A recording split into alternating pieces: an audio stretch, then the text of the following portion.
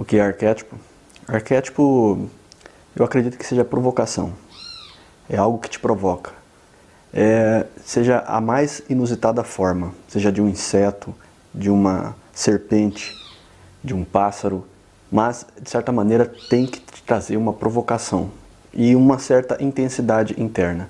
Não é impossível uma pessoa dizer que existe arquétipo que vai sofrer o efeito, o significado igual para todos. Não, isso não existe.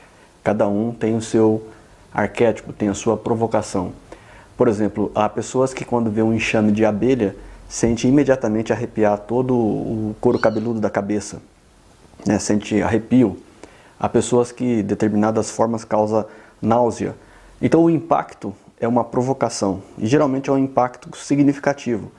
Daí que a capacidade de você refletir, de você analisar o que cada forma traz para você é onde você tem que se empenhar. Porque se você não parar para refletir, não parar para observar e perceber todo o significado que cada forma traz para você, é muito difícil você conseguir trazer essa modificação, vamos dizer assim, né? É o que eu sempre digo, a pessoa não vai mudar nada na sua vida quando começa a interpretar os arquétipos. É essencial que ela continue do mesmo jeito, que faça da mesma forma. Daí que as mudanças vão primeiro sendo o que não se deve fazer e não o que se deve fazer. Primeiro é deixar de fazer aquilo que está, claro, causando um efeito negativo na sua vida. E existem arquétipos hoje que produzem robotização, alienação, né? Cada vez te tornando mais escravo da sua ilusão pessoal. Se você não entender o significado de cada um desses à sua volta, porque às vezes você tira um determinado significado, um arquétipo, ou uma provocação intensa, ou aquela que eu diria assim, que é como aquela que vai caminhando na sua vida e vai produzindo um efeito sem que você perceba. Ela fica ali constantemente trazendo a mesma significância, a mesma rotina e não te provoca a uma mudança. Ou seja, a maior iniciação que eu procuro passar aqui para os alunos Agape e Akhenaton é justamente essa do diário, né, de você escrever as suas reflexões. Através da reflexão você encontrar a sua essência. Então todos os alunos Agape se julgam, né, alunos dessa escola de poder, têm que ter esse trabalho de reflexão, que é muito profundo. E por último, a formatura de todo esse processo de estudo é justamente não depender de nada e de ninguém, ou seja, uma independência interior. É claro que nós estamos coligados, prestamos serviços aqui na Terra uns aos outros, e isso é importante para que eu receba serviço de outras pessoas, colaboração de outras pessoas, para que elas possam, de alguma forma, encontrar um mecanismo de ajuda, né? Mas não de ajuda a uma personificação, a uma personalidade, né? Mas sim a ideia, ao conceito que é justamente trabalhar uma vida com mais significado, com mais objetivo. E o importante é que quando a pessoa ela vai encontrando a sua essência, ela descobre que ela montou uma vida inteira fora da essência, ou seja, totalmente fora daquilo que ela é.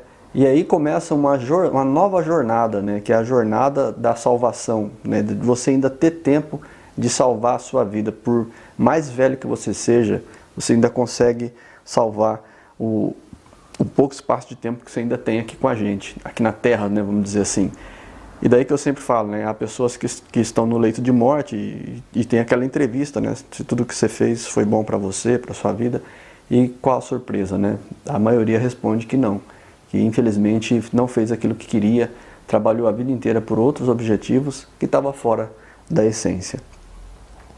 Daí que, como você pode descobrir o seu arquétipo pessoal sem encontrar a sua essência, sem esse eu superior que está aí dentro de você, que às vezes tem ainda em si as brincadeiras de criança, aquela alegria da sua infância, daquilo que você brincava e estava ali e te trazia muita alegria e que fazia a tarde chegar, o sol se pôr e você nem vê aquilo acontecer.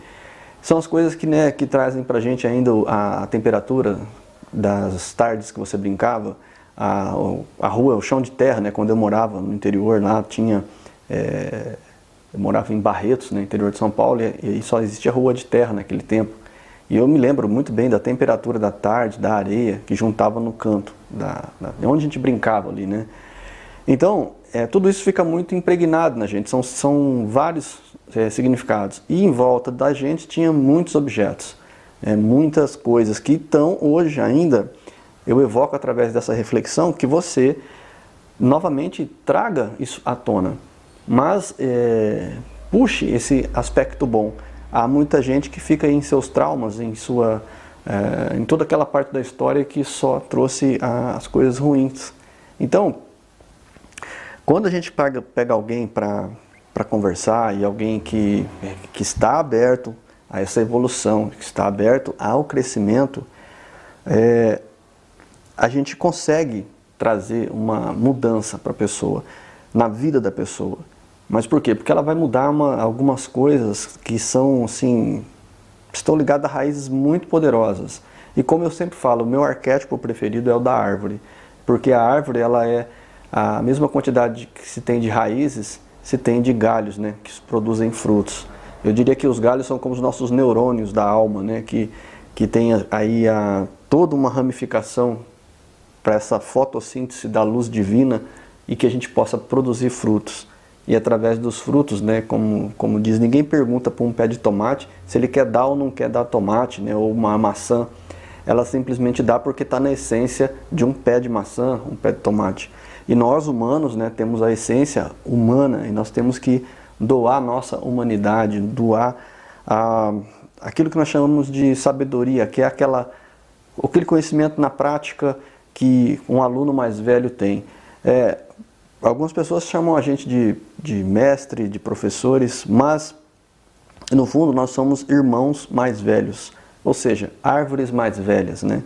Que dão frutos e começam a dar semente também, que é plantar a semente às vezes na cabeça da pessoa, de que ela pode ser melhor, de que ela não precisa ser tão robotizada, de que a vida dela pode ter um significado maior e que ela pode sair daqui sim contribuindo coisas que são relevantes e que passa de geração para geração. Como eu conversei com um amigo Cid lá de Rio Claro, que ele tem um canal no YouTube, Trabalhar Pra Quê?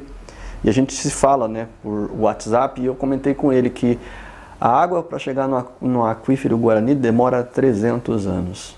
Né? Então você vê, um dia o ser humano vai se dispor dessa água, vai utilizar para o seu consumo, mas ela demorou 300 anos aqui.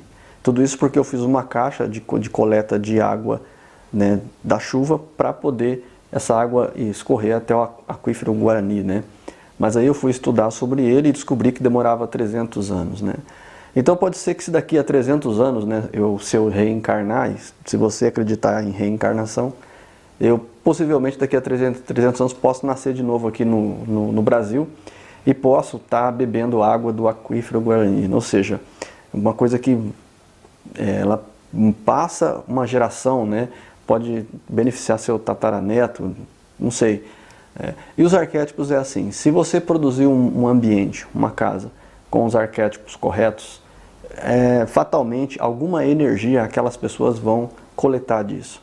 Por exemplo, eu tenho um quadro do tigre, e eu sei que todo mundo aqui em casa, de certa forma, tem um impacto, né, dele. Embora já não enxergue mais, porque o arquétipo tem esse poder de camuflagem, né, que, ou seja, quando ele chega, ele tem um significado e uma importância, mas depois ele some. Mas eu sei que, como estudante dos arquétipos, eu sei que tudo que está em volta nos influencia, nos tira, nos provoca, porque eu não estou falando do consciente. Né? O consciente, ele é uma coisa ilusória, ele é temporal. Agora, o inconsciente não, ele é perpétuo, né? Ele é constante. Ele funciona até dormindo, né? Tá aí a programação que a gente orienta, né, os alunos aí a estar fazendo, reprogramar, né, a sua vida, né, reprogramar o sentido da sua vida. Claro, tudo dentro do caminho da essência. É isso. Também que na cultura japonesa tem uma palavra que se chama Haku, que é o símbolo triangular. né, que você expõe os raios e trovões dentro do Haku, né? Então, só para você ter uma ideia, se você mentalizar, meditar com raios e trovões, você vai perceber que depois de 20 minutos, se você tiver uma boa concentração, você vai sentir seu corpo todo formigar. Seu corpo todo vai começar a vibrar de uma outra forma. Tal a intensidade das imagens que as imagens de raios e trovões provocam em seu eu interior.